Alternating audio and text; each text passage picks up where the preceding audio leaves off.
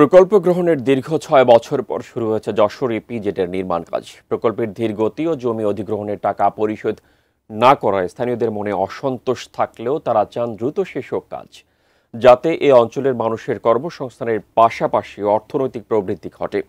যশোর থেকে নজরুল ইসলাম মল্লিকের তথ্য ছবি নিয়ে ডেস্ক রিপোর্ট। ২০১৯ সালের নভেম্বর মাসে যশোরের অভয়নগর উপজেলার প্রেমবাগ ইউনিয়নে যশোর ইপিজেড প্রকল্প অনুমোদন দেয় সরকার।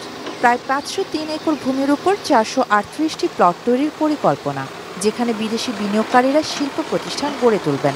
প্রকল্প বাস্তবায়নে জমি অধিগ্রহণ করা হলেও গতি পাচ্ছিল না ভূমি ও অবকাঠামোগত উন্নয়নের কাজ।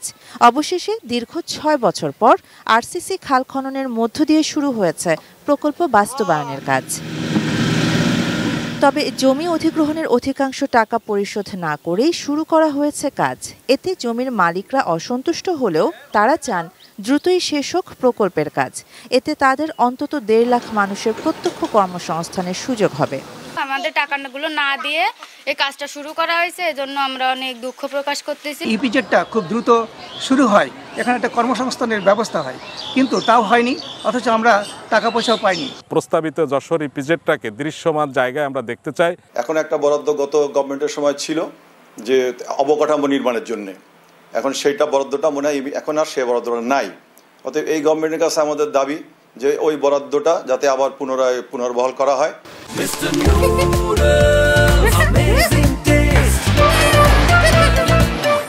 শুরু করতে বিলম্ব হলেও নির্ধারিত সময়ে কাজ শেষ হবে বলে আশা প্রকল্প পরিচালক ও জেলা প্রশাসকের। ফিজিক্যাল অগ্রগতি আমাদের প্রায় 20% আর ফিনান্সিয়াল অগ্রগতি 17%। এখন আমরা চেষ্টা করব নির্ধারিত টাইমের মধ্যে শেষ করার জন্য আমাদের তরফ থেকে। ক্ষতিপূরণের টাকা দেওয়ার চলমান রয়েছে।